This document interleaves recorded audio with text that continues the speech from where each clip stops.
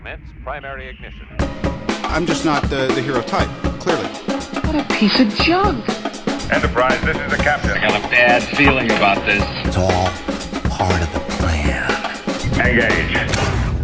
Welcome back to Podcast 2 for 1. I'm your host, Donovan Thompson, with my co-host, Daniel Wingfield.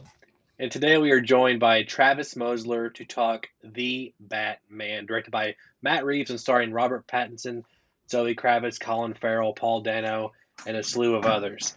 If you haven't already, hit that subscribe button and notification bell. That way you're up to date on all future episodes of Podcast 2 for 1, as well as all the cool content we have at 2 for 1 Studios, youtube.com/2 for 1 Studios, the best place to consume the content. And of course, we have our weekly news show Monday mornings at 9 a.m., 2 for 1 Joe Live. If you didn't know, we are sponsored by Kapow Comics, located at 4047 East Kill Avenue in Sherwood, Arkansas. There they have comic-based collectibles, graphic novels, and of course, special guest appearances throughout the year. All right, guys, we're talking The Batman.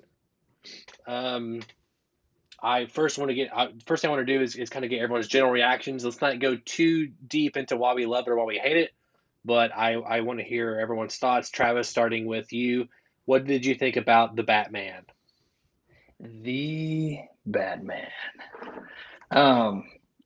I think it's safe to say this is one of all of our most highly anticipated movies since the pandemic, because it was supposed to come out, a decade ago. So expectations were high. The wait, I think, affected those expectations because, you just hear more and more about how it's going to go. But overall, I've seen it one time. And since seeing it, I have watched Batman Begins and The Dark Knight to kind of refresh my palate and look back at that and have comparisons to draw between the two. And I loved it for what it was. I loved it. It was a very focused Batman movie, unlike anything that we've gotten before. We got to see some really good kind of detective work and Batman's processing of everything that happened in the movie is us processing everything that happened in the movie. And that was cool. I think it could not have been better casted. I was glued to the screen for the whole time. It was a beautiful film. And I've got some, drawbacks and negative thoughts, but overall, I thoroughly enjoyed it, and I'm glad that we have it, and I'm excited to see more from it because we're gonna get more. Definitely, Daniel. Yeah, I was very much looking forward to this movie, and I think like Travis mentioned, I came into it with a lot of really high expectations as well. And I will say, I think the movie is a lot of fun. I think that it's, like you said, Travis, gorgeous. And just in terms of the mise en scène and the kind of use of stylization with the cinematography and the set design and all these kinds of things, it's got the most character maybe of any Batman or Gotham that we've ever had on screen. And maybe rivaled with some of the Tim Burton stuff, but and I think you're right, Travis. Like, I agree. I'm glad we have this Batman, and I'm glad we're getting more of it. I'm glad we're seeing a perspective on Batman that I feel like we have not seen this at least in a long time, if not really something exactly like this. At the same time, I was disappointed in some narrative decisions, I think, and just in terms of structure, in terms of how much we got of certain actors versus others, just in terms of how we could or couldn't connect to some of the key characters. I feel like there was just some missteps, as well as kind of one big overlying just lore plot decision that I just found dissatisfying. But I will get into those more. But yeah, so I would say it's like, like I said, I'm glad we got it. It does not touch, to me, the best of Nolan's Batman movies. But I'm glad we got it. I'm glad we're getting more of it. So Yeah, I mean, I've seen it twice now, and I will see it again probably tomorrow, and again a fourth time next week, actually. But I think I agree with both of you. My expectations for this film were through the roof. When that first trailer dropped, I was like, this is one of the best trailers I've ever seen. Like, hype level was just uncomparable. And I did feel a little bit of that, like, the hype go down a smidge seeing these other trailers, not because what I saw was not fantastic looking, but because it just wasn't as well cut as that first trailer, with the music and the pacing and all those things really come together like perfectly. And we lived that trailer for a good long time. I mean, they shot for I think 3 weeks. They had to shut down for COVID. Then they used that footage for 3 weeks to make that trailer for DC fandom. Um, so again, expectations are super high. And of course, it's the Batman, my top three favorite superheroes of all time. Typically number two. It kind of changes between that and Spider-Man as number one. But um, I'm kind of with you guys. I mean, I watched it. I think all the pieces there, almost like a 9 or 10 out of 10. The cinematography. I love the score. I love the acting. I loved the costume design. I mean, I loved all these things. But I think when you put them all together, and I think I really with Daniel here, the narrative stuff, particularly the final act and some of the decisions they make, aren't as strong as they could have been. And it's one of those things like I think because you see so many good things, you're like, man, this is going to be a 10 out of 10 or 11 out of 10. And then when it's like a 9 out of 10 or an 8.5 out of 10, you're like, oh, it kind of hits you a little bit because it could have been perfect with just a few small changes. And I can't wait to get into those changes. So, guys, let's talk the Batman in more detail now. I want to kind of go through, let's kind of work through some of these aspects I'm talking about here, some of these pieces of the pie. So, real quick, what's the most striking thing that really stood out to you guys that you really loved with the movie? Like, what was the thing that, like, man, this looks beautiful and it, helps the story, whatever. Like, I felt like Nolan's movies, they were shot by Wally Pfister, who's an incredible cinematographer. They all looked fantastic. They looked like amazing movies. But this felt more like a painting. Like almost every frame felt like it was Like a graphic novel. like a graphic novel. So what stood Mhm. out to you that was like visually like, holy crap, this is amazing? Travis? Yeah, so it stuck really tightly to its color palette throughout the entire film, which made it feel consistent and like concise and altogether visually.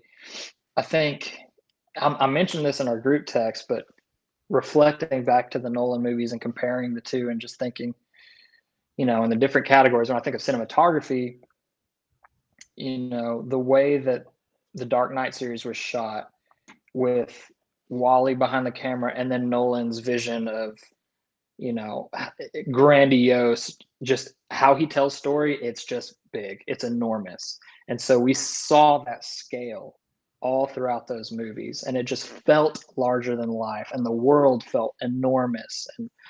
And this movie was on the other end of the spectrum, and I don't think that's a totally bad thing. In retrospect, to me, it feels like the world is smaller. Gotham feels smaller. Um, and it's all aesthetic choices. Almost every exterior shot was in the pouring rain, so we didn't really see depth. We didn't really see, things going on too much in the background, except for the shots where he's standing on top of a building, Mm-hmm. and we're using the fake, TV screen set, which looks great, and the technology is awesome. But it felt small. But they make up for that, I think, with the detail in the tiniest close-ups and the littlest moments. They use that super, super, super shallow depth of field in certain shots where they were really honing in on something that's really small, little details, especially in the beginning. And then at each scene that Batman rolls up to evaluate and he's looking at stuff, like the shot choices and the cuts were executed very well to communicate things to us without having to tell us. because that's what I meant earlier when it's like, as Batman is perceiving things, we are perceiving things. Sure, we're aligned with his point of view, is what you're saying. Visually, yeah, right. Yeah. So, yeah, I thought cinematography was beautiful. I mean, like I said, it was a painting, but it's a different kind of cinematography than what we've seen in almost any other superhero movie. This felt, I've mentioned it. I feel like you could just make this not a Batman movie and just have him just be a miscellaneous vigilante, and it would still be amazing. We don't have to have the knowledge of the lore and the world for this to be like a really great movie. Now that you could look at that as good or bad depending on how you want your Batman lore and world, but visually it was great. I mean, I'm rambling at this point. It looked good. Daniel, what stood out to you that was visually striking? Yeah, I mean, I agree with Travis. I think it was the framings. I mean, I particularly remember in the opening scene with that first the mayor's being killed by the Riddler, just some of that kind of top down camera angle, like looking through like a slit in the ceiling kind of angle type stuff. I feel like we did lots of just gentle, slow pushes on dramatic things that feel good. I agree with Travis. It has this kind of graphic novel feeling to it. And very, very high contrast, lots of single source light moments, and even like shining a light like directly into a lens. I feel like that happened like several times. Sometimes, like honestly, like for me in a dark theater, a little bit uncomfortable. I was like, that's a little too bright. Thank you. But there's 2 times where they turn on a motorcycle and the bulb of the motorcycle, like it almost hurts your eyeball. It happens twice. Yes. So, yeah.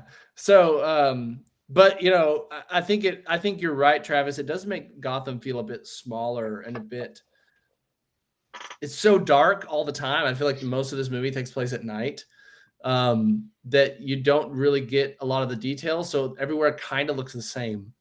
You know what I mean?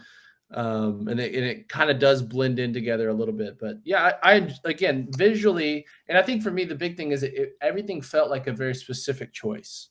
You know what I'm saying? It didn't feel cookie cutter in any of the decision making. And I think, that alone is something to enjoy. Just even if it's like, yeah, I wouldn't do it exactly like that. Just having someone come in and be like, no, I have a very specific idea of what this is and what this looks like. And, I like that.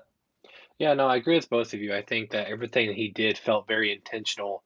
And the thing that, a good comparison to another movie, of course, would be Seven. And we've heard that a lot in the trades. We were all saying that before anyone else said it because we're cooler than they are, right? But when you see any of those shots like Seven, it's raining outside the whole time.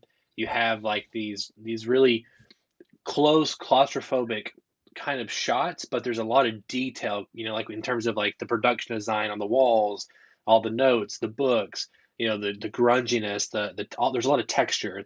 Texture would be a good word for it. Yes. No, I think you're right. I think what's cool about it, where Nolan's movie feels like it's grand and epic, like you're saying, Travis. We have these big swooping shots of Dumbai or wherever he's at in the beginning of the movie, and Gotham and all these other kind of things. This feels much more personal.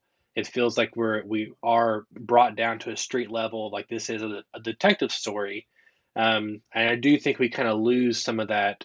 In a character study, I feel like yeah, maybe. It is, but here's what not just on study. Batman. I mean, sure, yeah, but we get a lot of it is there is in terms of framing and shot design, yes, because there's a lot of times where it'll start on an out of focus shot, and we'll either pull back or typically we'll pull back, or a character will come in the focus, and then we're following that character as they enter whatever scene they're in. I think part of my problem with the style here of shooting is that whenever the final light does come in, it's kind of hard to kind of be like, okay, now Gotham is in trouble, and we haven't seen a lot of Gotham yet, but we'll get to that in a little bit. So it kind of brings me to the tone here, right? So this is the tone. We know we're Seven, of course. Paul Dano's Riddler is straight up the Zodiac killer. He's leaving ciphers. He's leaving clues. is this something that you guys were excited to see tone wise? Do you wish that the next movie will be also a detective movie, or do you think they'll kind of to change it up? I mean, I think aesthetically it'll stay the same, but do you think we'll still stick with like a murder mystery kind of thing going forward? And did it work for you guys? You know, it works as a concept. It works like I think this is where it starts getting into I think what you said earlier, Donovan, about how the pieces are like all perfect pieces here. Paul Dano as the Riddler, incredible, incredible, so good. And the idea of Batman as the great detective or the world's greatest detective and like honing that skill or seeing that side of him, incredible. But for me, I mean, the issue is I don't feel like we really got that in a lot of ways. I feel like we got kind of bookends of that set up this story and kind of forced characters into each other's paths. But then it either we were on other characters that, for me, I guess we're good, but I guess when we're not getting enough for me, like a Batman Bruce Wayne to like get to know him, to know why he's doing what he's doing, feels like a waste or feels like misused resources in terms of where we're allocating time for different characters. And I think, I mean, talking about like kind of my biggest plot gripe is like, it's a murder mystery where Batman doesn't figure it out. You know what I mean? He doesn't solve it. He gets told it by the murderer, by the culprit. Batman does not outsmart the Riddler. The Riddler ends up being, I guess, more clever than Batman. And to me, that just seems lame in just in a basic sense of like, that's lame. Why can't Batman outsolve him? Like, I was kind of waiting on this like Ocean's moment, like where you're like, oh, they caught them, what are they gonna do? And then you're like, oh yeah, well, like Batman was the SWAT team going into the casino. You know what I mean? Like this kind of like flip it on its head, and Batman knew all along, and be like, oh, you thought I didn't know, but I do know because I think, but in the end, it turns into this thing of where like it's a miscommunication about what he thinks the Riddler knows about him. And then Riddler's like, oh yeah, didn't you like look under the carpet or something, Let's save that for a little bit, because I do want to kind of talk about that towards the end here. Let's go ahead and get to the plot of the movie. So we know that the movie starts off 2 years into Batman's career, right? I think, and we can talk about the movie as we go. I think the opening I think the first hour and a half of this is almost perfect. I think the opening here, I love hearing Bruce Wayne's monologue, Chinatown monologue that he has going on. I love how the citizens in Gotham, or the criminals in Gotham, they're literally afraid to go into these shadows. Like, watch them drop the paint can and it roll in there, and he goes, maybe I don't need to paint anymore. Like, that's incredible. I loved all that stuff. I love the fear that they brought in. I love how he comes into and saves that young, or not saves, but the young boy is kind of being I guess he's got half a painted face, so I guess he would get the other half if he does something else. You can see just the brutalness, and which is probably one of the best moments of the movie, which we saw in the trailer, of him taking out that first group of people there. But pretty soon on, we're introduced to the first crime scene, and we know that the for some reason the police we know they don't like him, but also they're okay with him still being there and doing things, I guess because Commissioner Gordon is saying it's okay. So it's a weird kind of push-pull relationship there. But I love he's only a captain, right? This whole movie. He's only a captain. But I love lieutenant all this stuff, or whatever. Like, I think all these moments are pretty fantastic. What stood out to you guys in this opening of the movie here? At first, my very first reaction to the monologue was that it felt melodramatic. But then I kind of settled into the tone, and then when we got to the point where he was like, he was writing a journal, I was like, okay, that makes sense. I could understand and see him airing out these thoughts into a private little book. But it felt just like, as I melancholy looked out the window at the rain and contemplated the sadness of, I mean, it's like, definitely some Rorschach kind of Watchmen kind of stuff there. definitely. But Yeah. one thing I really liked But about it was like one of my favorite things they do in the comics, at least in the last 10 years, is typically Batman's on his own and he's solving a mystery, detective mystery. And a lot of times, again, Batman doesn't talk. He has an inner monologue. So I was like, oh, this is kind of cool. We're getting an inner monologue. But I kind of wish it went throughout the yeah, whole movie and not just bookended it. that would Um, have been cool. it would have That been, would have been cool. they kind of hear that thing. Kind of But kind of like a Dexter thing. yeah, exactly. But what I did like was that he was writing in a journal, and later we found out that the Riddler, of course, is writing all his thoughts in the journal too, which makes complete sense for a serial killer. So there is some parallel there that Bruce Wayne is not all he's not all right in the head, and of course you kind of can't be if you're doing this kind of thing at nighttime. Daniel, what stood For out to you sure. in opening this movie? Yeah, I think the beginning murder scene is incredible, and just the tone of it all. Um, I really liked. I kind of felt like you, Travis. I was a little bit like I don't know how I feel about this monologue. Looking back on it, I guess I'm a little more forgiving because I do feel like it matches the tone of everything else very, very well. Um, and I think it does a fairly good job of kind of introducing us to lots of the different key players in that first hour and a half or so. But I guess to me, and I like the idea of catching up with Batman in year 2, not doing another origin story. I think that is good. I think we've seen that a lot. But the problem is that origin story is all about Bruce Wayne, right? And through that origin story is a lot of the time how we connect with his character. We connect with the man behind the mask, right? Even with Batfleck, like we got these flashbacks or these dreams, like nightmares of him falling in a well very similarly. And we got these moments where he's wrestling with that still as Bruce Wayne. And we didn't get any of that in this movie, which is fine. But I think you have to supplement that with something else to connect us with the man behind the mask, because that is, this first hour and a half and really the whole movie is like, I like Pattinson. I like Robert Pattinson's Batman, but I don't feel a lot like connected with him. I don't feel aligned with him emotionally or I don't get a lot of emotion out of him because 90% of the time he's behind the mask, and we're just not getting that side of him a lot. We're getting the Batman, the figuring things out in the mask and kind of thing. And so I think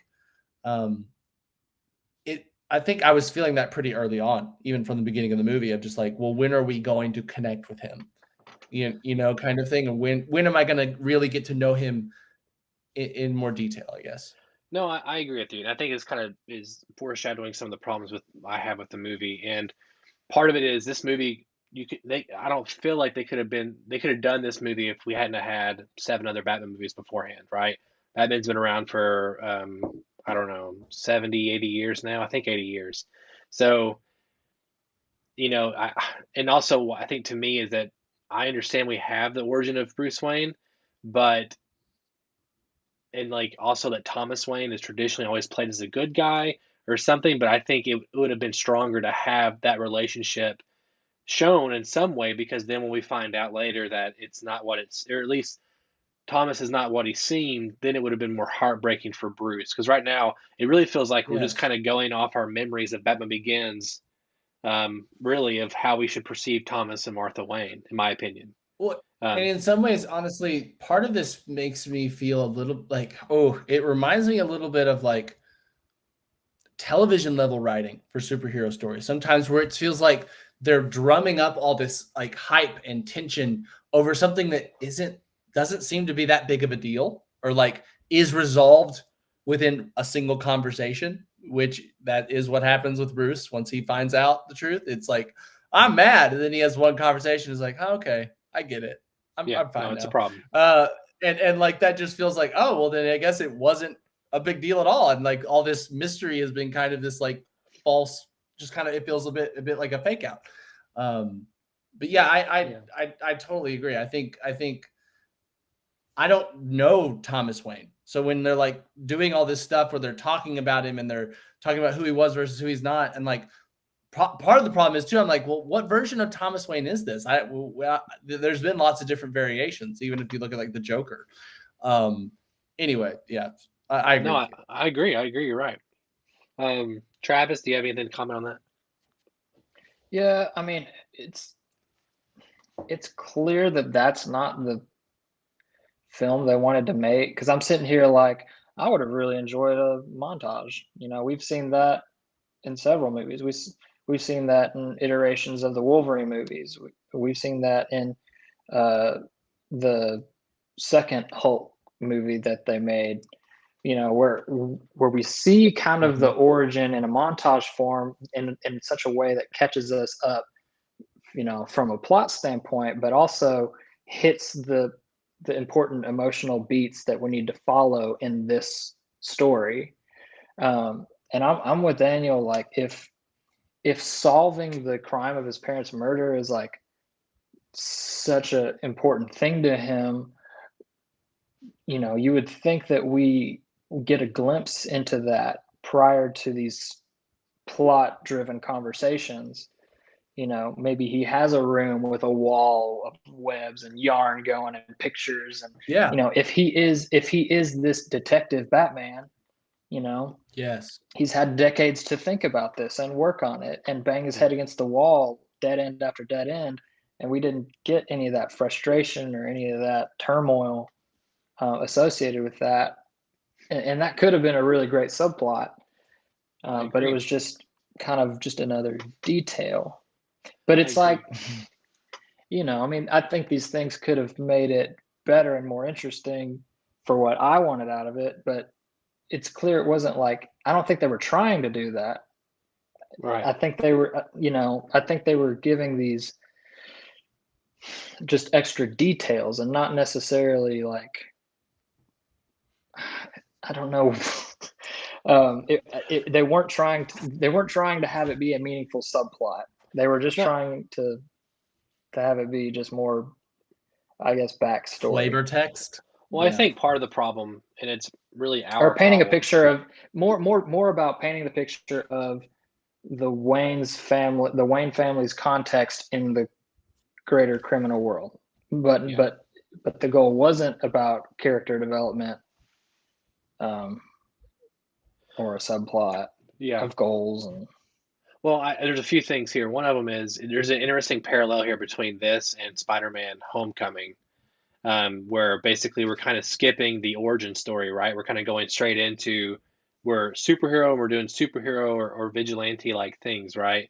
And that's one of the things that I always kind of missed from our MCU Peter Parker was the lesson learned of with great power comes great responsibility. And it wasn't until 2 more movies later that we finally got the Peter that I always wanted. And we were always assuming that Uncle Ben died and he taught him this lesson based on the words he said in Civil War to Tony Stark. But he really didn't hear those words until Aunt May told him, and her untimely death.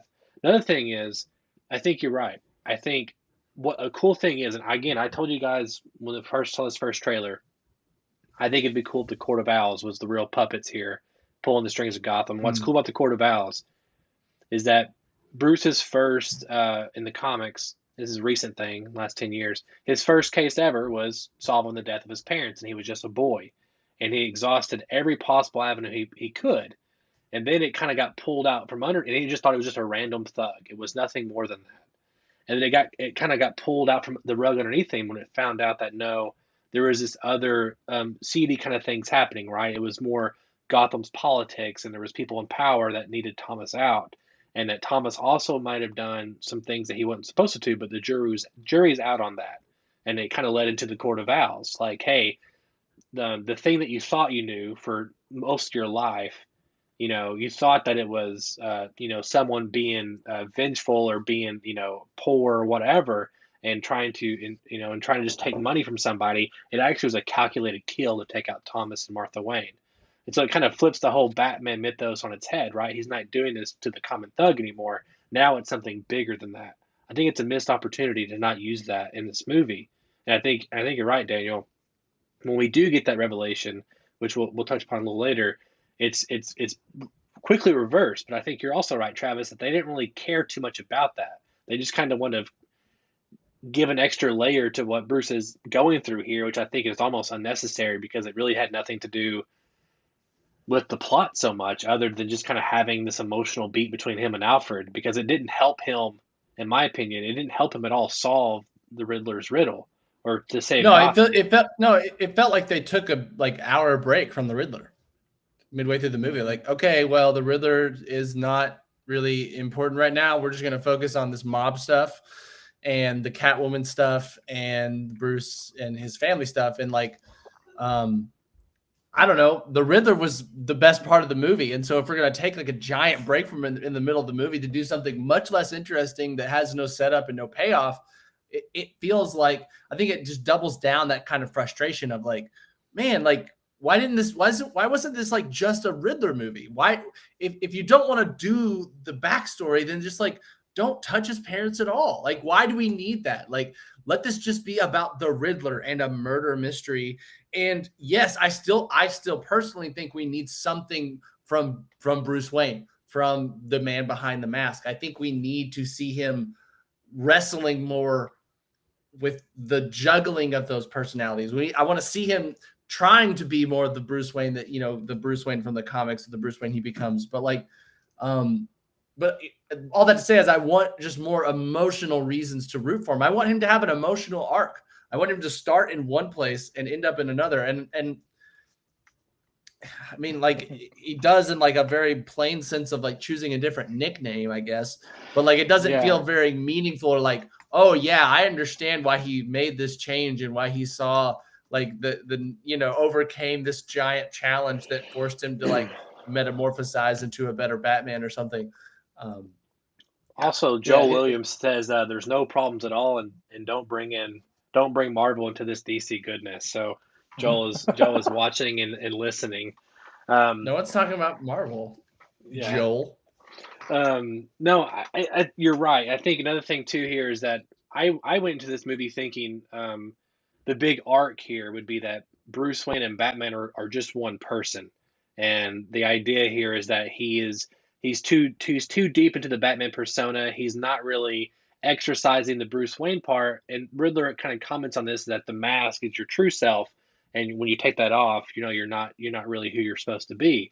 So I think there is a great potential here to have a thread where Selena says that too, I think.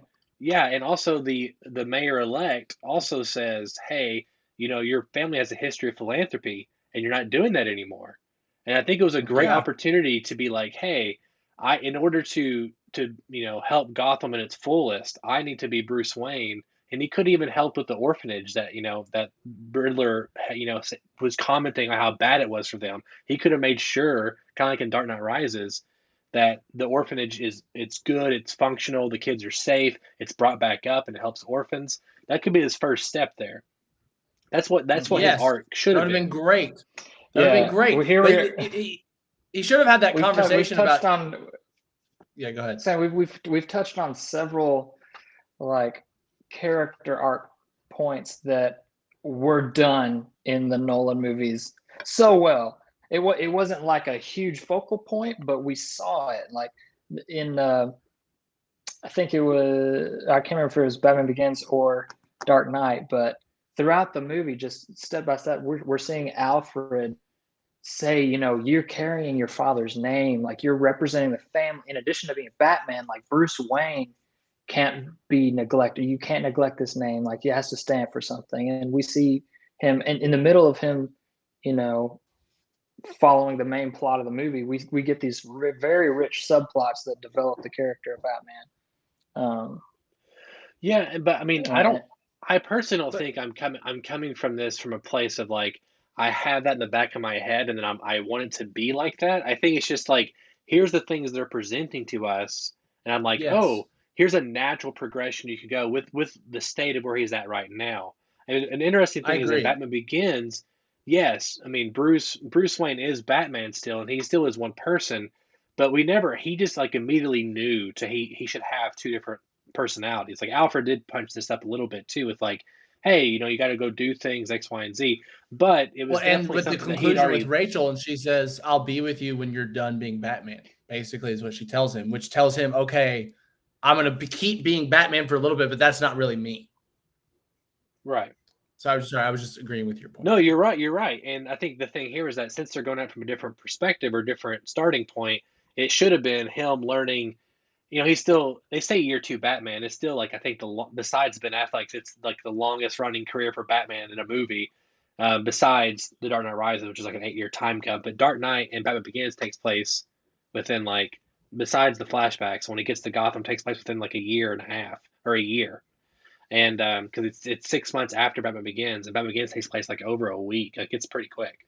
It's really quick actually. But I think that would have been a natural path. Like, hey, here's your arc. And right now the arc is, unfortunately, in the beginning it does kind of tie back to what he says in the beginning. But like he needs, the city is dark. It's afraid of him, and I'm vengeance. At the very end, he's like, I've inspired the city in a wrong way. I need to inspire them in other ways. That's fine. But it also doesn't work so well, which kind of ties back to our earlier thing, if you don't see Gotham and how Gotham's regular citizens react to the Batman throughout the movie. I agree. I feel like this almost was written like an episode of the 90s animated series to me, in the way that like we jump in medias res. Batman's just always been Batman, or has been Batman so many previous episodes before this. And it's all kind of about the action of the plot. This movie was very plot heavy. It was all about the reveals and the murders and how was he. It was it was kind of like felt like Saw in some ways of like how's the Riddler going to murder someone next, or who's he going to target next, or what's he going to reveal next, or what's the next riddle going to be. And kind of. I feel like yeah. I mean, it's more so the plot is designed in a way that the riddle just takes us to the next character, and then we get to learn about that character in the world that they live in. That's really how it is. Like we don't really. It is, but other than Catwoman, I feel like almost all the other characters just serve as like, and maybe the Penguin just serve as like information devices. Like Falcone, he's just there to like serve as like the person that tells the truth and figures it all out. But the point is, I was trying to say was earlier is that like I feel like this movie, you're right, Travis. Like some of the stuff we're pointing out is like, oh, we should have seen this. Is like, yeah, we have seen similar beats before, but we need something in place of that character stuff. And that feels like we got a lot of plot heavy. Okay, this person's going here, and then they go here, and then we're figuring out this, and then we're chasing this person, and then we're trying to figure out where this person went. It just feels like we didn't get anything instead of that. And so I think that's, where I'm coming from it is that like none of the emotional payoffs just paid off for me at the end of the day. And a little stinging on top of that is that like most of the action of this movie, the first fight scene was Batman's best fight scene in the whole movie. And it was the one from the first trailer. And that should never be said about a Batman movie, in my opinion, like that sentence. And I just feel like what I got in place of emotional arcs and like character development and like deep character study was not good enough to hold my interest. Like this was a movie where like halfway through I'm like, how long has this been? Like, and I hate that. Like I don't want to be like that in a middle of a Batman movie. I don't like that moment where you're like, oh, I'm watching a movie. Oh, how long has this been? How much is left?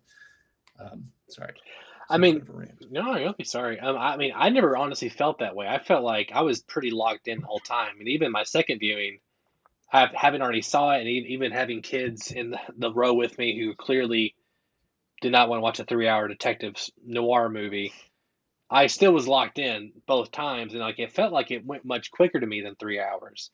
But I think you're right. And I think part of the thing here is, Daniel, is really let's talk about Riddler's plan, because that's really the crux of this movie, and it's kind of where Batman follows. So there's typically, I think, 4 riddles or 4 targets. The first one being the DA, which the thing is, if we're in the Gotham world and we know it's not super established yet, Commissioner Gordon is not, or Captain Gordon is not commissioner, we can all assume, based on even just it being Gotham, that there's only corrupt people. So the DA is corrupt, which leads us to does it lead us to the Penguin? Well, it was the mayor first, right? Was it the mayor elect? Yeah, I guess? it is a mayor. Yeah. Yeah. Well, he's you're running right. for re-election. And then the DA, because the new person was Yeah. It really feels like all these the real change. Yeah, and so all the crimes, real quick, are based on, right? They're all corrupt. They've done something which is all tied to the Maroney case and how the Thomas Fund is being delved out, right? So that's all that is, which is not super intriguing or even mind blowing because if you're any type We've of seen Batman that fan, before. We've exactly. seen the corrupt officials. When they say felt like okay, so we know the mayor is corrupt. He dies in the first couple minutes of the movie. Which I think is like still a great opener for the Riddler. That's like his best moment when he's just Yes, behind it that is. guy. It's pretty Yeah. great. Mhm. And then Mhm. we're meted to the underbelly of the Penguins, the Iceberg Lounge, which is the 44 Below, which is also a great name. 44 Below, which we see all the corrupt people, and then he dies, right? And then Bruce Wayne's targeted because of the Thomas Fund, and then it's like the thing is this none of these people are it's not exciting targets, and it's not nothing that really it doesn't surprise me. Falcone's the bad guy who ratted out. Of course he is. Falcone was the bad guy in Batman Begins. Of course he is. Like, did anyone think I, Falcone was I, not doing shady it, stuff? it was like we had all the regular players and they did slightly different things than they normally did. And it felt like the movie wanted us to be surprised by those things. And we're like, oh, so, okay. So Falcone, ordered a beer instead of wine tonight when he, did whatever he did wrong. It kind of felt like that, those kind of things are like, well, that just doesn't feel like a big deal Right. that was the twist. And also I'll say that like the Bruce Wayne or the Thomas Wayne targeting on the Riddler's plan feels so out of fucking left field compared to like the targets up to that point. Here's living people that were actively involved in a Maroney case that happened after Thomas was dead, if I have my timing right. Yes. And now we're going to target Thomas Wayne because they set up a fund and people have been dirty with it. And now we're going to target Bruce because Thomas. It just feels like this. Before that, it's like very direct thinking. Oh, this guy is dirty and cover this up. He's dead. This guy is dirty and cover. Oh, they're using this fund that's set up in this billionaire's name that died 20 years ago. But you know what? His son's still alive. And I'm going to target him, even though he has nothing to do with the present day circumstances of what these other people I killed for. Just is like, just feels like, it feels very like we need the movie to be about Batman and Riddler now. And so this is what the Riddler's going to do to make it about, you know what I mean? It just felt like. Well, the big thing there a plot in a movie that you're touching upon is, and I'll let you talk eventually, Travis, is that would have been so much better if the Riddler had known he was actually Bruce Wayne.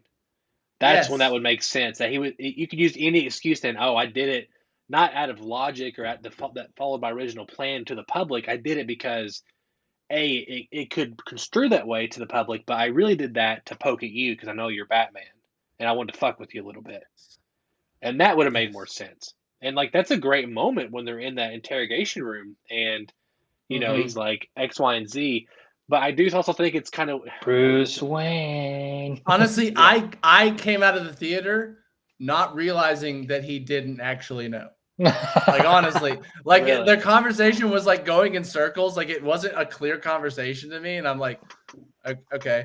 And I'm like, I just thought the Riddler was like, what I thought the Riddler was like talking to him, but like doing it like in front of a recording and a camera, so he wouldn't like let other people know because like he wanted to be in possession of that information and not just give it to everyone. Yeah, that's what I thought at first too, but it wasn't. How do we know it's not? How do we know it's not? Well, because to me, it's clear that they have a line that the Riddler says where it's like he says something like he's the only one I missed or something. The only one we missed. It shows they do kind of a close up of Batman and we see relief. So like it registers to him. It's like, oh shoot, he doesn't know. So just I do think I remember that, but it's very weak. But it is and the whole idea that he doesn't know. Well, another thing here, and this that kind of sets this up, is that let's just kind of get into it and we'll talk about other scenes we enjoy later. But the Riddler, I mean, he says immediately after they find his hideout, right, which his big plan the whole time is to kill Carmine Falcone, or one of his big plot points is to do that, even though Carmine Falcone was at the funeral with the Penguin earlier, which also the Riddler was at too, right? Which I guess I just as a because I know what you're about to get into, but the whole like riddle about the bat with wings or the rat with wings, is it Is Oh, it a yeah. penguin? Is it Like, that was the dumbest shit. I am sorry. Like, that was like, I didn't hate it. wait, the Riddler is La- gonna base like you figuring this out? Like, is he talking about a penguin, a falcon, or I don't even know what the other, like the first A thing bat. they thought it was or whatever. The bat. But Yeah. that was So to me, that was a penguin first.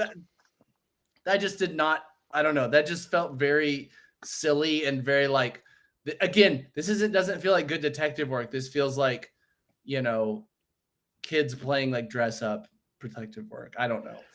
Well, I think like Batman following leads, him looking at crime stuff, like in that first sequence, like he basically looks at the splatter of blood and then the person takes a photo of it. Like he basically was like, "Hey, check this out," and she's like, "Oh, I need to take a picture of that," right?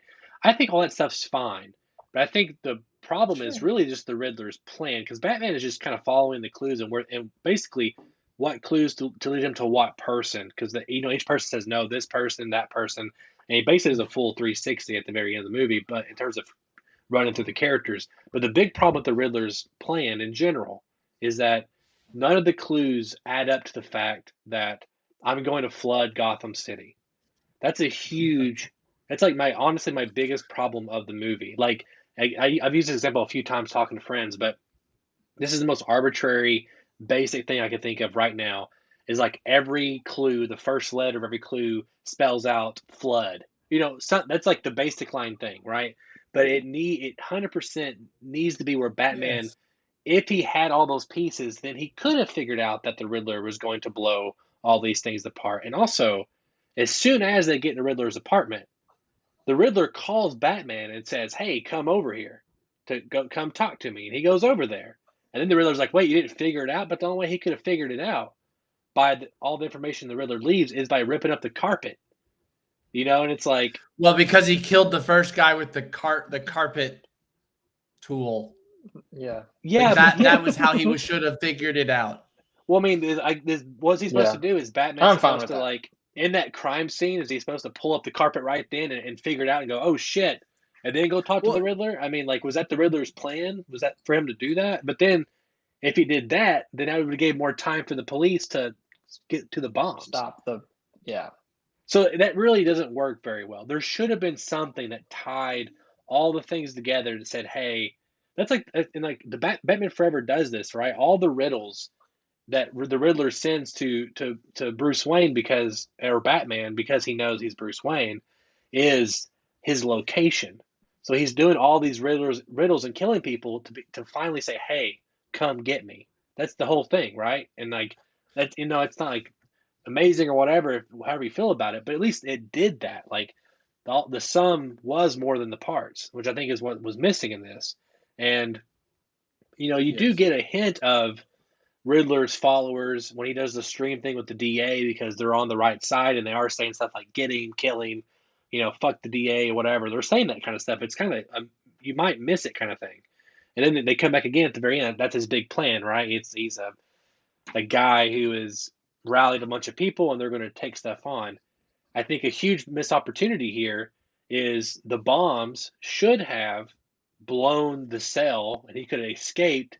He could have been there and then Batman could have fought him again because this thing needed more than any of those other things was a final riddle from the Riddler to Batman. And then the Batman, it should have been like, oh, like you're saying, Daniel, he could have pulled it out and had that Ocean's 11 moment where, no, I do have the final thing. And I did foresee this because I am the world's greatest detective and I am smarter than you, the Riddler. And that's what you need to do to beat the Riddler. You slipped up early on when you said this. You didn't think I caught it, but I did. And in light of these other things. Every great Riddler story in Batman is that. Yes. It always ends with the Riddler goes, "Riddle me this, Batman." One final thing. And he's like, "I got you, Batman." And Batman's like, "No, you fucking didn't because I'm the goddamn Batman." And then it's like Riddler's like, "Fuck." And even like at a zooming out just a little bit more, I think it's just it feels like a very traditional choice in a plot to have the Riddler just suddenly threaten the public of Gotham and just threaten the whole city, kill everyone. With in a movie which up to this point has been so personal, it's felt like, right? Like the Riddler is killing specific people. Like he is a serial killer, but he's killed 4 people. You know what I mean? Like compared to like the Joker and like some other people you've seen, it's low body count. And then at the end, he's like, and now everyone dies. And it just feels like this, like, and now we're just a superhero movie again. And now Batman has to save everyone because it's a superhero movie and Batman has to save everyone. He can't just save like 2 people. No. You know, he's got to save everyone. And it's just like, oh, like, well, that's just like what every other superhero movie does ever. And it's up to that point, I thought you were trying to go do something different. And it just felt like we panicked at the end and decided to play it safe. And it was just, I mean, I know what they're going for. They're going for the idea that, okay, he inspired the wrong people, and now at the very end, now he has to make the choice to step into the light, so to speak, and inspire the good ones. Again, I still how think did you inspire the wrong people? At the very end, one of the Vengeance. Riddler guys, the guy who was in the funeral scene, He's Oh, the is guy like, who beat fuck up at the beginning everybody. of the movie. Yeah, he's like, I'm yeah, but vengeance. I thought that was Right. just coincidence. I didn't think he was like literally No. copying Batman. No, to be, because like, the Riddler copying even Batman. says inside the room is like, "Hey, you inspired me to do this. Like, you went out there and like gave me the power You're to a go part out of there and this do too. this." Exactly, you're a Yeah, part of this I too. And guess he's so. like, "We did this," and like that was also his plan. Like, we're here to be safe. Like, we're going to be here, and the bombs are going to go off around the prison, and you know X, Y, and Z. But there's a world in which the Thomas Wayne murder and the revelations of that all tie into a final personal statement with the Riddler. Yes. There's a version of it where the Riddler's at maybe Wayne Manor one final time, where he's in the Batcave, or there's something there that makes it more Yeah. personal and not so much. Again, you know, maybe I don't think we're wrong. I mean, I think they went for a specific thing. I just think that there was more interesting things they could have done, especially when you have so much source material to kind of show you that. But Yeah, Yes. that's true. yeah, Can I back up and yeah, say that I didn't really like the Riddler? really, That may be a hot take, but to me, it it felt is. like the Joker and Bane, like kind of together a little bit. It's like his brand of psycho is one I have seen so many times. Is what I felt. I agree. Like. If you're wanting to give me a new take on the Riddler, which this was a new take on the Riddler, because I don't think we've seen like a dark, maniacal, psycho, gritty version of the Riddler. Not So this they level, no. wanted to do something different, but I would have rather seen one option, more of a Ed Kemper, Mindhunter styled Riddler, a Riddler who's totally emotionally detached and just deals in very intellectual riddles, where you can't read his face, you can't read his emotions. He's just intrigued and constantly, thinking and evaluating. That would be cool. Or more, Nardwar, the like guy that like interviews rappers and like says all this crazy stuff about them. I haven't seen it. A goofy, like a goofy Riddler. That's not like a Jim Carrey goofy, but but it's a different kind of look at it. Like I don't know. I just felt like it was too familiar, I agree, and it didn't give me. I don't feel like I this wasn't Riddler was that interested in the smart, for character. one. I don't think he was that smart. I don't think any of his Riddlers, none of his riddles were that clever. They were like Any of his very Riddlers. easy to figure out. What is blind? It's like justice. Oh, well, that's like, justice. yeah, that's easy. Well, you know what I mean? Like, and then I actually- think too, it's like his best moment was when they ripped off the mask and he's like being held face down in the coffee shop, like, and you're kind of seeing like his like evil gears turning or something. Yeah. But I agree, like he is very similar to these other psycho kind of characters we've had before. And I'll just say I didn't get enough of him to make a full judgment on it, because I feel like he was in this movie like screen time for like 8 minutes. You know what I mean? Like I just felt like he was really not I think in the it's movie. not I mean, it's not really fair to compare any Batman villain to Heath Ledger's Joker, but they recently came out like in the news about that iPhone video that he did, where he like did 200 takes or something, and just because he wanted to add like they like really let him work on it and stuff. And I'm like, that was not impressive to me, like at all, like especially compared to the Joker's iPhone video, I'm a man of my word, and like that whole thing, like, oh my word, like that was incredible. But this was I just like, no, oh yeah, I mean, I liked the performance of the Riddler personally. I think my problem is with what Daniel has, and Joel mentioned here. Personally, I feel like someone was a big fan of Seven. Yeah, exactly. I mean, he's basically John Doe and the Zodiac Killer combined. John Doe from Seven, and then the Zodiac Killer from Zodiac combined. But the thing about the John Doe from Seven is that he is much smarter than the rest of them. Like in his plan at Yes, the end, he ends up making them do something. It's not even like, it's the bombs. Like that's he something wins. he wins. He wins in He Seven. wins. Yeah. Yeah, exactly. And it's he even turns himself in just like John Doe does. I mean, all these things match up. The crime scenes are just like John, they look like Seven, which again, 9 out of 10 or 10 out of 10, like visually, I love it. Like give me all day long. But I think we're all right here. I think that just again the sum in this case the parts weren't as strong as the sum, but um, I or think how you're cool right. would it have been? How cool would it have been for Batman to like reciprocate some riddles, or to like, kind of hit it back to, or give him something to work on in such a way where like he figures something out and is like so proud of it, but it actually like, triggers a trap or something where he like admits to something, or you Yeah. know what I Oh, we mean? could Like where we he's could th- in, where he's intellectually bested, not just in Batman figuring out a riddle, Yes. but like Batman using his riddle powers against him to achieve something. Like that's yeah, no, another way of 100%. Batman being superior. Well, there was even a part of me that was like, is there two like is there twins? Is there two of them? Because in the trailer we see end up being just one of his Goonie guys, but in the same costume as him in the final act. I was like, I know either he gets out, and then when he didn't get out, I was Yeah. like, does he have a twin? Is this the Prestige? That's what I was thinking. Like, my Oh mind was I yeah. was creating all these better narratives than what we got, which is I think is Yes. what which Yes. is what which is Yes. what fundamentally brought me down. Again, I still think the movie is like an 8.5, 9 out of 10. Like, I still really like it. I love the performances, the cinematography. Just narratively, at the very end, it just kind of falls apart because there's so much more interesting ideas they could have done. And I think it's like you said, it's not just that we can just come up with ideas like kind of arbitrarily or based on our own imagination. It's that the pieces are all there, just kind of Yeah. sitting there. And it's like they just don't pick them up and do anything with them. And so you're just like, what? What? It's right there. Like you set it up and then you just, like, I don't like it feels a little dumbfounding. And I think that's where the frustration comes in. It's like I can look at Batfleck, right? And I can look at Batman versus Superman. And I'm like, there's some things that I just disagree with about the direction they took with that Batman. But at the end of the day, like they committed and they told us like a full fleshed out story, and they set up, they paid off and everything. And it's like they accomplished what they set out to do there. I just feel like with this movie, it's like they didn't quite get to the finish line in terms of what they intended. And I think it's like what they intended could have been, in my opinion, I think maybe the best Batman we ever have had, or really could have stood out as like, wow, this is like just as good as Nolan's, but just different.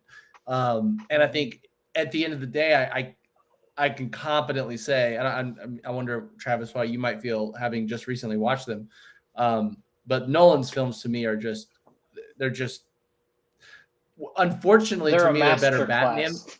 They're better movies in terms of just like the tenets of making a good movie, but they're also just better Batman movies.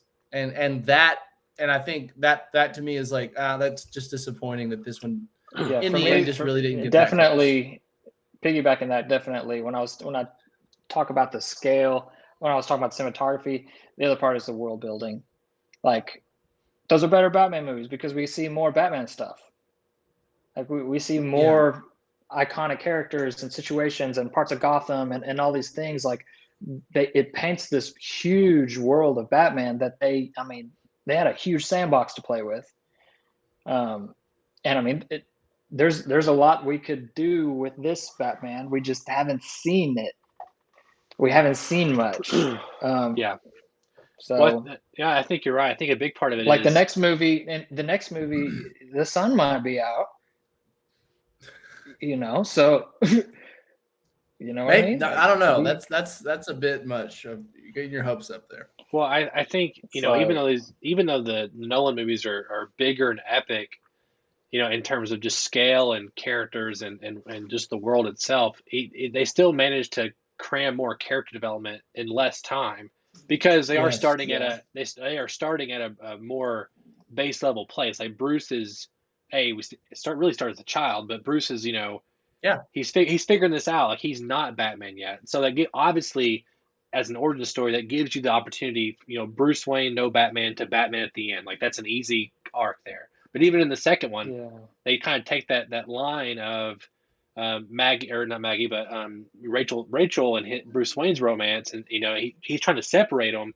But the real thing is he's got to stay Batman for the ultimate greater good, even if it hurts himself. Like he's got to be selfish. That's his arc in Dark Knight.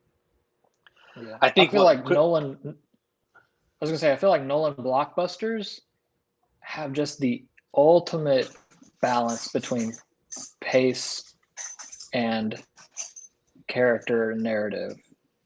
Like I agree. I like when I watch those movies, like an Inception or like a Dark Knight. Like I have to buckle up because we're cruising the whole time, and yet we get very pivotal, deep emotional beats all throughout that guide us along these character arcs that are just so rich. I don't know. There's not many people that could do that. No, I agree. Now, I'll say one thing that kind of dawned on me while you guys were talking is what should have happened, or here's another path, is that after the Riddler was caught, Bruce Wayne should have went to this, like, the mayor winning, and then he should have saved the mayor from being shot. And while she's giving a speech, he then should have been thinking, oh, wait, something's not right. All the puzzle pieces should have come together, and there's actually people or snipers. He goes to save the mayor. She gets shot or whatever, but he saves her, which ties into earlier where she's like, hey, you don't do much philanthropy. But it's like, okay, he's stepping out to do more now. He saves her because of that, becomes Batman. You know what I'm saying? Like there's a million other things they could have done here, but it really should have been. I mean, we've separated Gotham a few times now, and the big one, I mean, in Dark Knight Rises, we also segregated Gotham from, we blew the bridges, right? It's a thing that happens all the time in the comics, but it just wasn't. I mean, I guess the big thing is now, let's talk about. Well, I want to talk about this. The Batmobile is fucking awesome. Like that scene with the Batmobile, next level. That thing it sounds mean as hell. Like it sounds awesome. Yeah. And then, I mean, it's just incredible. Like, I love that. It definitely has a more DIY Batman feel. Like It it's like the does. kind of car that you could see him building himself in the shop. You know what I mean? And it seems scary. Like, it actually seems like, God dang, this thing is terrifying. And also, let's talk about the Penguin. The Penguin. Colin Farrell probably should be nominated for an Academy Award for this movie. At least just should have been in the movie more. Movie more. Like that's another. It's like yeah, he was great. He just should have been in it more. More. We're getting more of him. That's true. That's true. Today, but it feels like he was only in here to kind of set that up. Like it didn't actually feel like you could have swapped him out for any other just mobster character with a mobster name, and nothing really changes. Yeah. Right. As far as the plot, so it just felt like he was there to set up the HBO show, which I think that's where I'm like, well, but I wanted I wanted this to be like, oh, now he's becoming the Penguin. But I just feel like he's just still the mob normal guy, like he's not anything different after this movie's over. He's pretty great. Did y'all catch his waddle in that one scene? Oh, where he's like, yeah. So when they left him tied up, like at that one spot, he was like waddling away. I didn't notice that he was waddling. That's great. Yeah, he was. There's some cute references. How'd you guys feel about Gordon and Batman's relationship? I thought it was very one note. Oh, it was great. It was very businessy, and this is another. It's like I love the casting of Gordon here, but all I saw him was at crime scenes. That's the only time I saw him, and all I got from him was this very just cold, what do you think? I don't know. What do you think? Oh, yeah. Okay. What about this? Oh, that's interesting. Or come on, we got to get you out of here. That's the extent of what he gave us, which is fine. But I think Jeffrey Wright has more in his locker than that.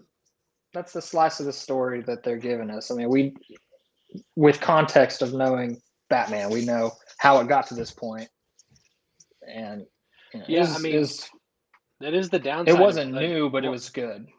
I like this performance. I love Jeffrey Wright. I mean, I like the relationship, talking X, Y, and Z. But I mean, again, it's just when you pick a certain perspective like this, and you stick with just Batman, typically with most time, even if it jumps to somebody else, Batman typically is like a couple seconds behind him, right? He's not far off from being on camera. Yeah.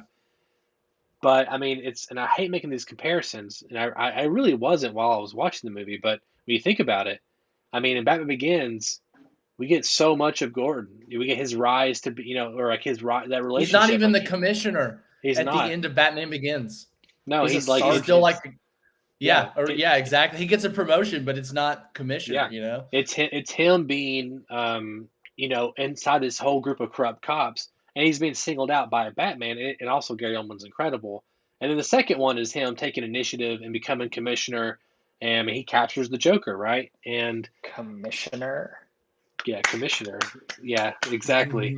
And that's the thing. That's the only downside when you have this kind of perspective is that you kind of lose some of these things, and it's fine if your Batman has a strong arc at the end. That's when it's okay. And I think that's where, to me, it feels like that animated cartoon, because that's what those cartoons did. You're almost always with Batman. Yes, we get Gordon some episodes, but he just kind of shows up, fills the Gordon role, and then he's gone. We rarely get Gordon episodes. It's always we were Batman. But like those you can't. I don't think you can just bring over that format straight to theatrical, live action, like they do here a bit. And anyway. No, I agree. Sorry, I'm talking in the chat. What do you guys think about this Joker we're going to get? I mean, it's based on what? What do you mean based on the line? Based on the one line and the casting? Yeah, I mean, I feel like I got a pretty good sense of the kind of Joker we're going to get. And I mean, granted, they could always change between now and the next movie. And for our listeners, there was a scene deleted where Batman goes to Arkham Asylum, talks to the Joker or the not Joker, and basically it's like a Hannibal Lecter thing, right? He's trying to get information or trying to read or find out how to figure out the Riddler, right? And then you understand that they've crossed paths before, which I feel like might have been better than what we got here to kind of tee up. It felt shoehorned in at the end. I know they did test screenings, and apparently people liked it better at the end. I'm like, well, those people don't know story, and they need to get like a room full of us. But I feel like it was tacked on, and yes, I don't know. I'm not sold on it. Again, it's like I know it's the Joker. You got to do the Joker eventually, but like I think we could have waited a little bit longer for the Joker to appear in this universe. He just had a movie 2 years ago. And I think I gotta think there's I mean, we just had, speaking of how many Batmans we've had more Jokers actually than we've had Batmans, because we've officially had one Joker standalone movie, and every other Batman we have an accompanying Joker, and he doesn't have a Batman. So there's actually more Jokers than Batmans in movies, and that's kind of ridiculous. Into the Jokerverse.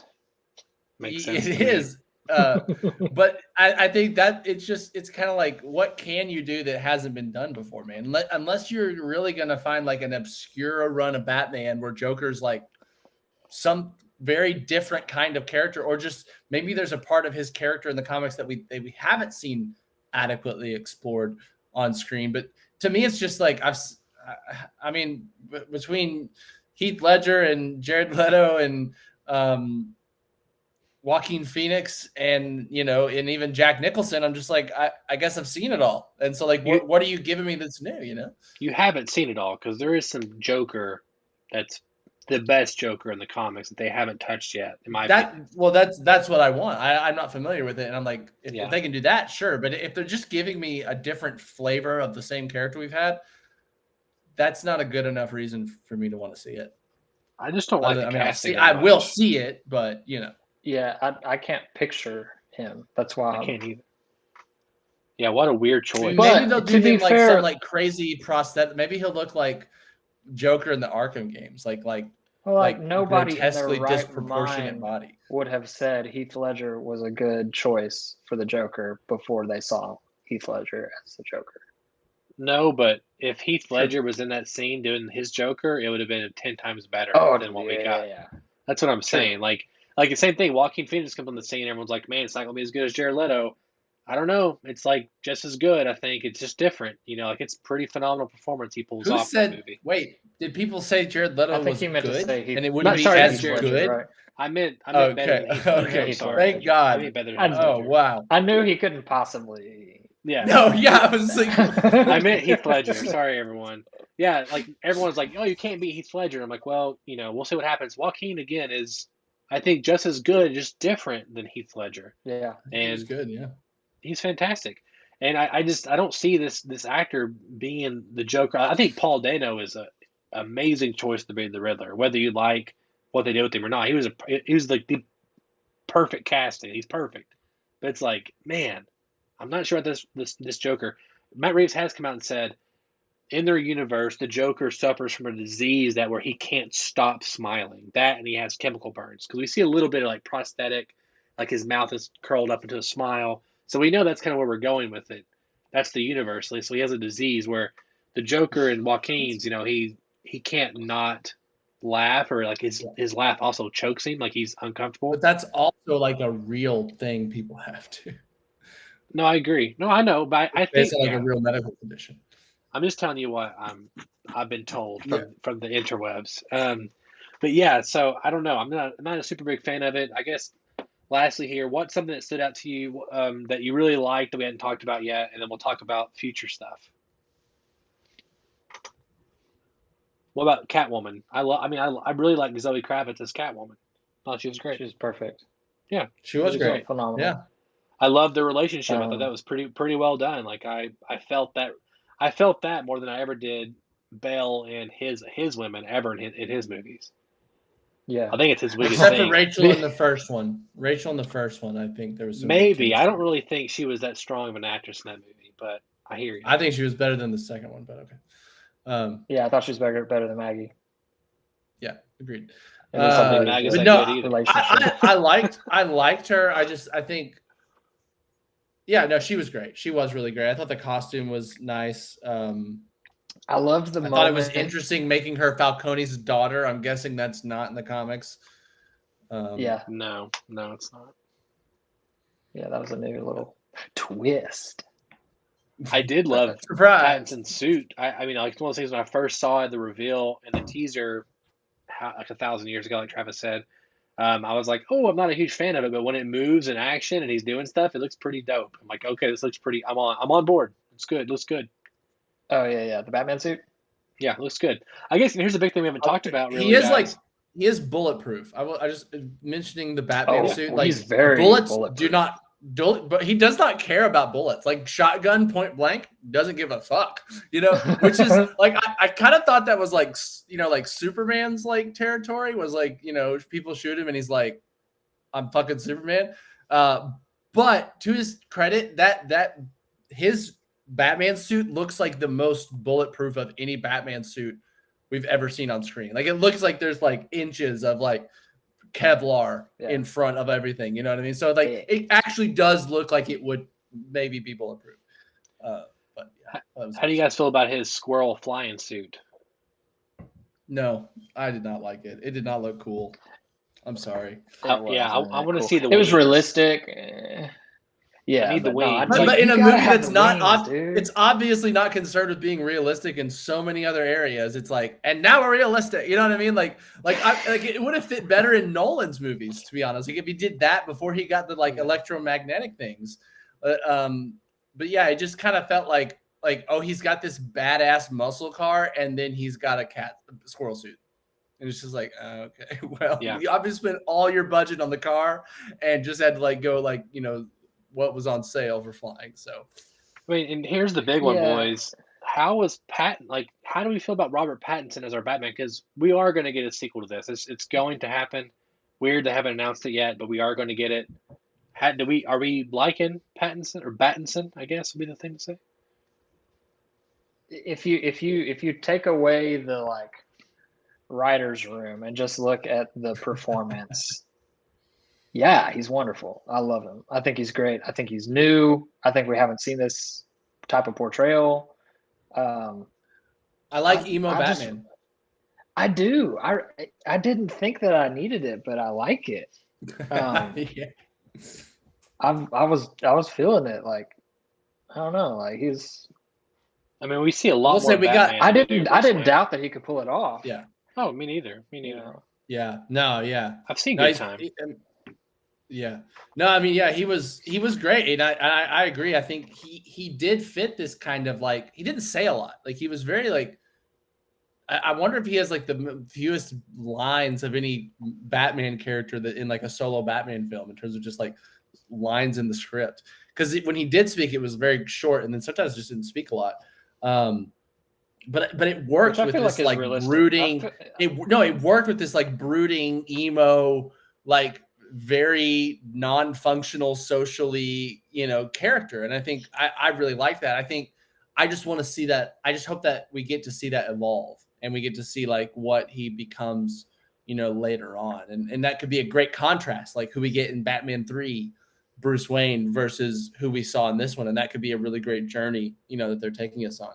I will say that they love showing his back muscles. I feel like we got like 4 shots of him like taking something off, and like they would just show off his like really muscular toned back, like shoulder muscles. Because there's not a whole lot on the other side. I'm going to stop you both. You specifically, his back is not muscled, and it's not that toned, dude. His back looked his back looked worse than his chest. They tried to pretend it was that by having him like bend over a lot, where like your muscles kind of stick out. So he'd like hunch over, so his muscles looked more pronounced than they were. He looks better in the front than he does in the back, and he needs to work out his back. I mean, he needs to work it out. His biceps are. Is he like the most? Is he the least like buff Batman like Bruce Wayne we've had? Maybe Michael Keaton, or George Clooney, but probably Michael Keaton is the smallest, or Adam West, I guess. But he's slimmer than both of them. He is. He's slimmer. He's the slimmest Batman. Maybe Michael Keaton probably has more muscle than he did. Probably. I would assume so. Yes. Val Kilmer? I don't really know. Val Kilmer was in pretty good shape in Batman Forever. He's in great shape. Star. Yeah. So. George Clooney, I can't really remember. I feel like he was. I can't imagine George Clooney being that. I mean, I'm sure he looked fine, but like not like muscular. I just can't imagine. Yeah, I don't remember him having his shirt off ever in that movie. Actually, he didn't have to. He had nipples. Nipples were in great shape. Yeah. They didn't have to worry about it. His nipples could bench press. But how do you guys feel about that? Okay, that little boy that he saves, which I really love that relationship. It also makes it personal for Bruce, right? That's like a great way to set that up. Do you think that boy could become Robin later? I didn't think about that. He's orphaned, or at least he's got one dead parent. Yeah, the next one could maybe. I mean, fall off a roof next movie. He was. I liked what I saw in his face every time he looked at Batman. It was like intrigue and terror and like empathy, like at the same time.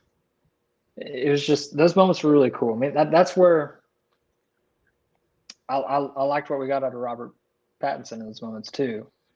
Like we seeing his like tears well up, and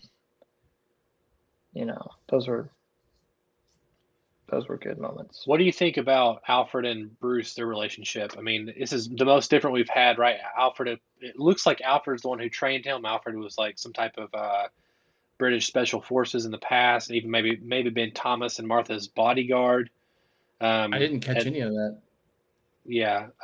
He mentions he said a line that was like, he had a few lines that were kind of painting that, and also I've heard him talk in interviews and all that kind of stuff. But I mean, I liked him, but I got less than 10 minutes with him probably in the whole movie. He was in 3 scenes, and 2 of them were in the exact same location, and it just it's just like it's like that with Jeffrey Wright with Penguin. It's like, yeah, he was good with what we got. We just got very little, and even the time that we spent with him was very just kind of your cut and paste Bruce Wayne, Alfred back and forth. Oh, you shouldn't be doing this. Oh, but I have to. Oh, just kind of like. Yeah, but that relationship was used as such a crux or such like a pivotal moment in our protagonist's journey. It's like he realized when he's like, I didn't realize that I like, Had a father. what did he say?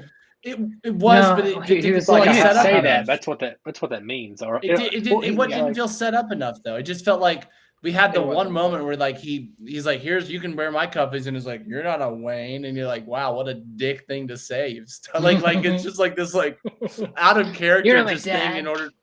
Yeah, exactly. And he's like, well, actually, sir, your father. It's like, Bruce, could you not have thought that like he probably would have gotten many cufflinks from like, his presence? Like, this is not a stretch to think that and then it's like that's like this moment of like Bruce being a dick, and then like they make up after like Bruce comes in mad, and then Alfred explains everything, things that he should have explained to him long ago, where it just feels like, well, this is drama, is just from people not communicating again, and all they had to do was have a simple conversation and fix it.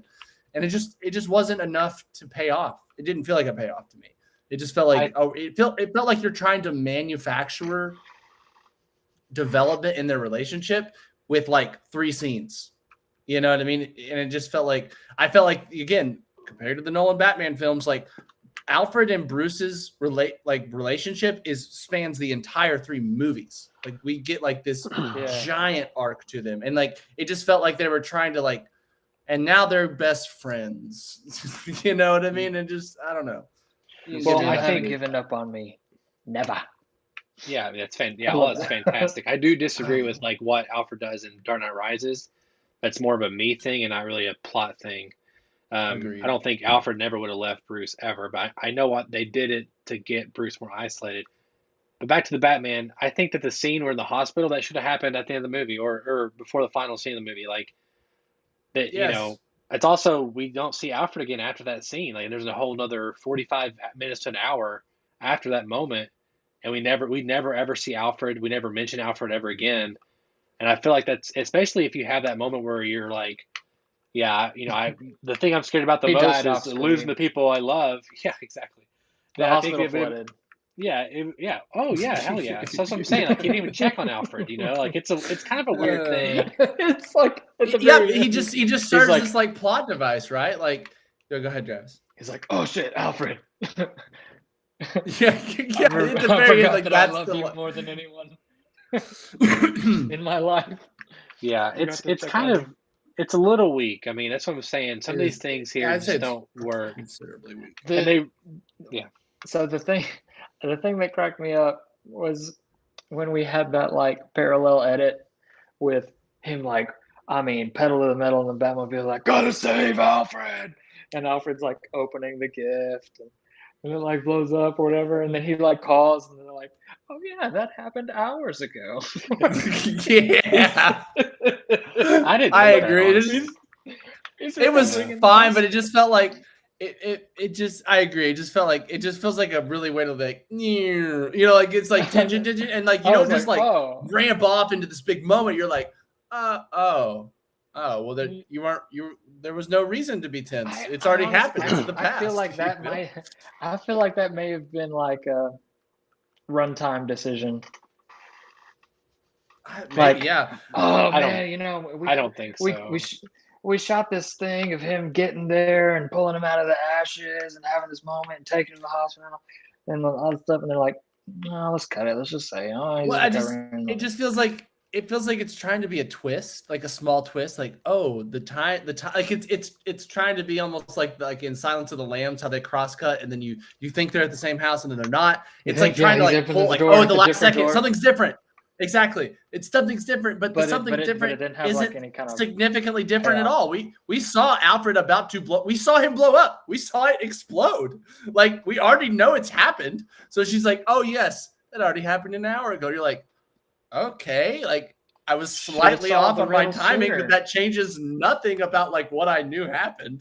You know what I mean? They didn't give me like a different perspective. I do agree with what you guys are saying. Like it makes total sense, but I don't think it bothered me. I mean, it was just it just made me laugh. I mean, I think me either, but I totally agree. I know what you're saying, Daniel. Like nothing's different.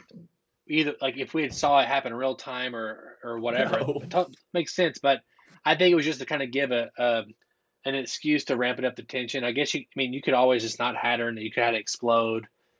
I don't know. I mean, I see what you're saying. I think it was just a narrative Like choice. it feels like it's like they're trying to be clever, but then it's like, but that's actually not clever. You're just like doing like what clever people do without the clever You're following idea behind the it. formula. a little bit, yeah. But Like the it feels like, variables aren't subvert expectations, correct. but yeah, you subverted my expectations by actually not in telling me I was right an hour ago.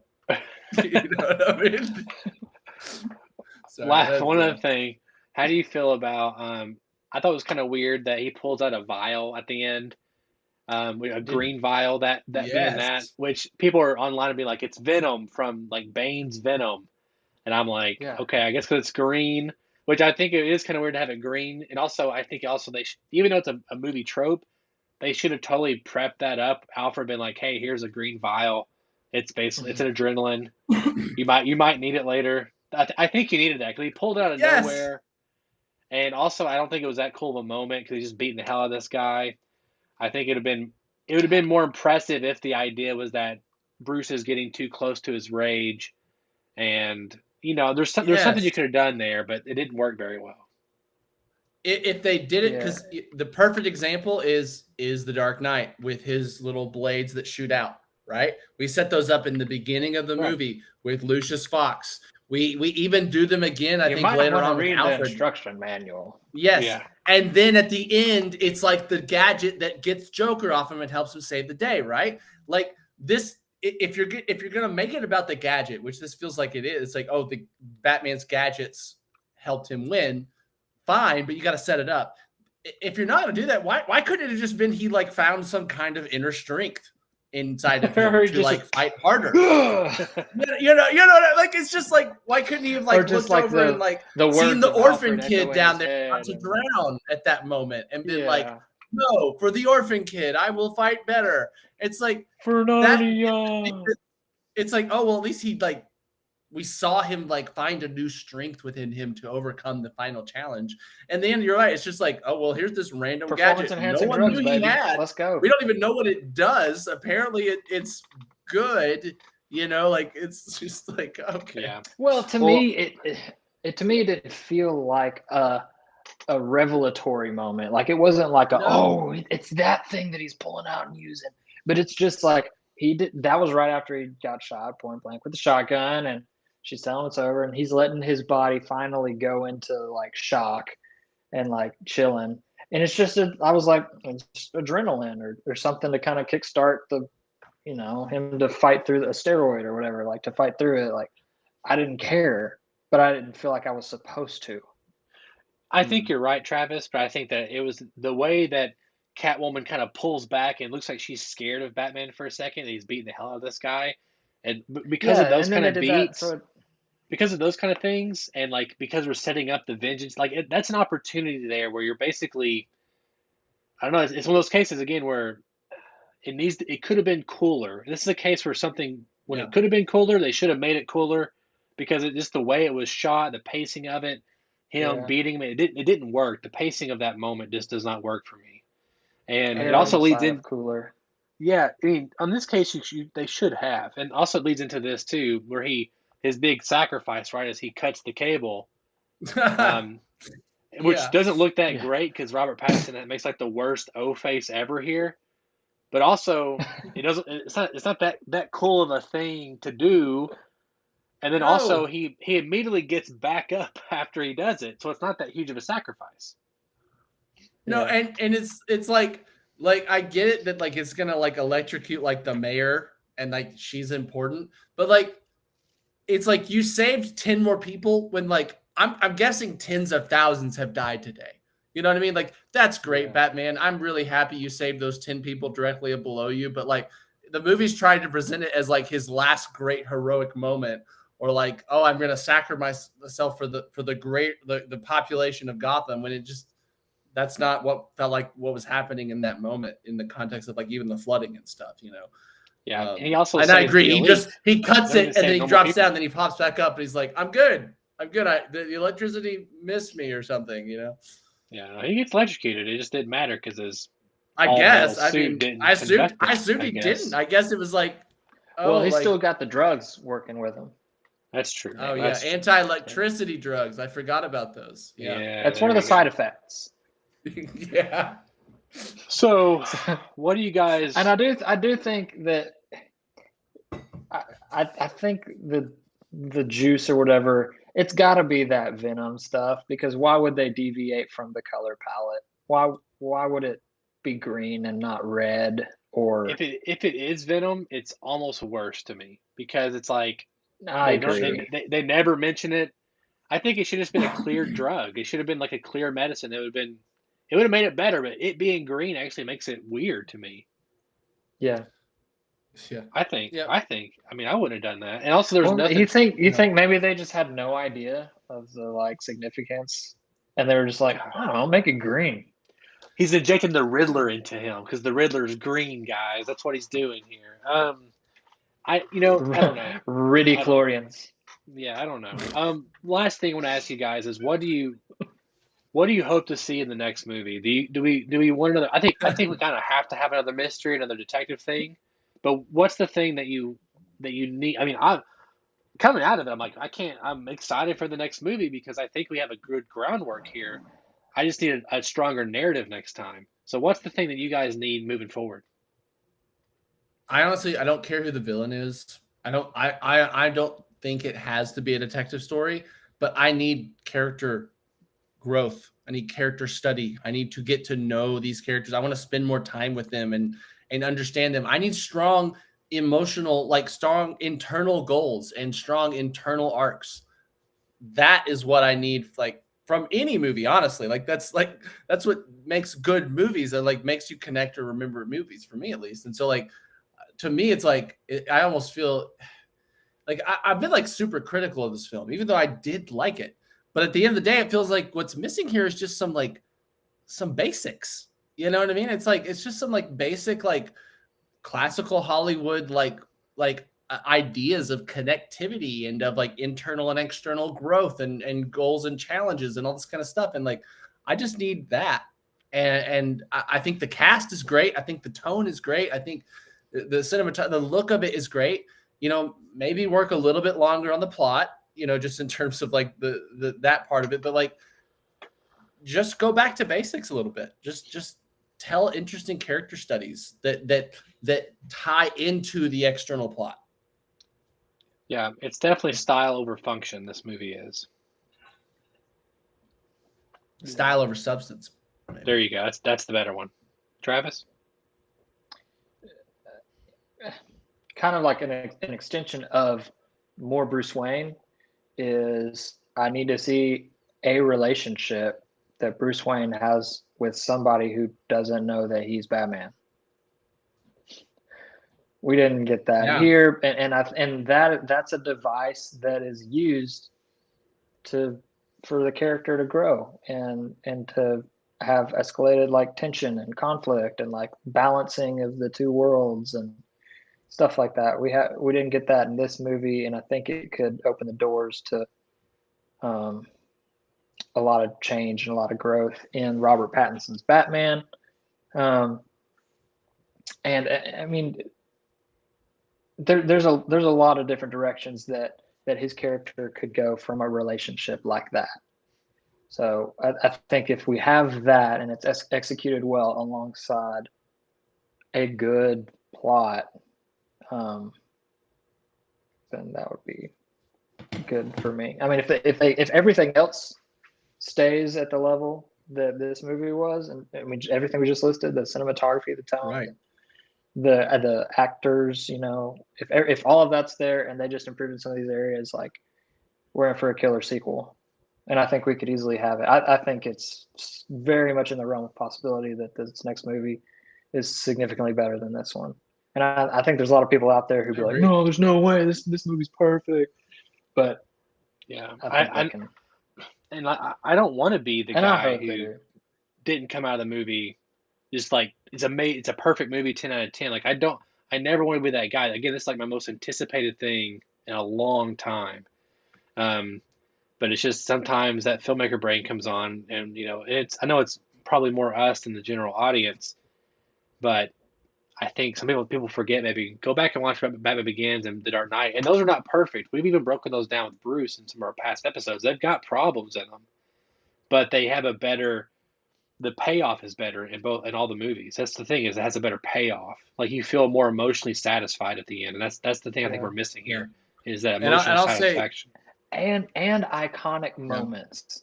When I think back to the Batman and watching it, there I don't have lines or scenes that I will always remember for the rest of my life. And I have dozens from the other trilogy. You know what I mean?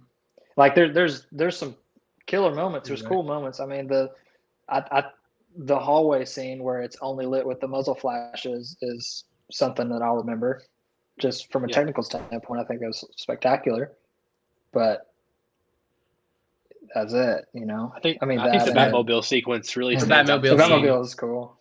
But it's not like, you're right. It doesn't hold a candle to it, like the one-liners he gives, you know, in different points in the different movies, or just like the final fight with Raish on the subway, or, you know, or the Joker's like disappearing pencil, you know.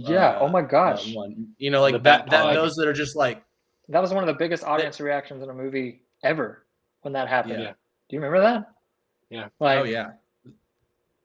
I mean, really, anytime the Joker's on screen, it's like a memorable moment. You know, him hanging out outside the door, him blowing the precinct, Batman and Joker versus each other in the cell.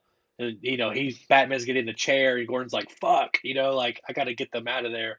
You know, I mean, there's so much. I mean, what Rachel dying, Two-Face being born, the final confrontation with the whole movie, hospital conversation. Yeah, I mean, there's so much, and I think you're right. I think there's not as many iconic moments or the things that we did see. I mean, I love the opening of this movie. I think when he steps out of the shadows, like, that is, like, I can remember that. Like, that to me sticks out to me. But I think you're right. I think it needs more of these.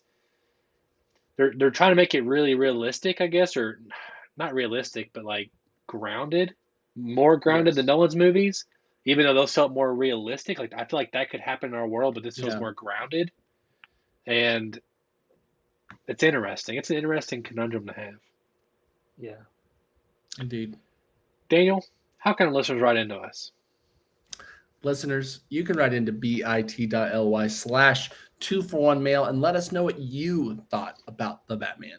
Maybe we're totally wrong. Maybe we missed it. Maybe there was like some great, like, set design storytelling that actually proved that Riddler was way smarter than he appeared to be. Let us know what that is. Play the riddles in reverse. It actually says, "I'm going to flood Gotham." Yes, exactly. I'm sure we're just missing that. But yeah, bit.ly/241mail. Let us know, and we'll read it on the show. One thing I didn't mention is that, you know, in the after credit sequence, there is a question mark, and there is a website, El Radolata. And I'm running the algorithm right now. I just typed it in my website, but it's been at a percentage. Like, it's been going up every day as we're going. So I wonder if it's going to unlock an actual after credit sequence, or I wonder if it's going to announce that the Batman 2 has been greenlit, or I wonder what it's. So right now we're at 77% right now. So we'll probably get it either tomorrow or probably Friday. A week. Batman's been out for officially a week and playing in theaters all day long for a week. So probably Friday we'll get the official announcement for whatever that is. It may. The only thing I could think of, it could be the deleted sequence where Batman and the Joker talk. But it'd be weird to have that at the, you know, if this acts as after credits, it'd be weird to have that at the end of the movie. Well, guys, I appreciate you guys, your time. Again, guys, if you can't hit up Bitly, you can always comment in the comment section below. We're on youtube.com/241 Studios. Right now we're live, but of course this will be on all podcast services later. If you are on YouTube, the best place to consume the content, make sure you subscribe, like. It helps us out. It helps people find us, and we hope to keep doing this in the future. Actually, we'll keep doing it anyway because we don't have any subscribers right now, and we're still doing it. So that's the thing. It kind of works out that way. Travis, thank you so much for being on here. How can our listeners find you? You can call my dad's number at 1-800-ABCDEFG, or fax me on my printer. There you go. Yeah, I'd recommend Faxing, court people. records in Pulaski County. Faxing. You know, Yeah. Alrighty. You know what? Riveting. I'll send you a riddle, and you can figure out where to reach me. Yes, that's what we'll do. That's the thing. That's great. eltravelada.com. Okay, everyone. My name is Donovan Thompson. I am Daniel Wingfield. And I'm Just let me Batman. say it. There you go. And we have spoken.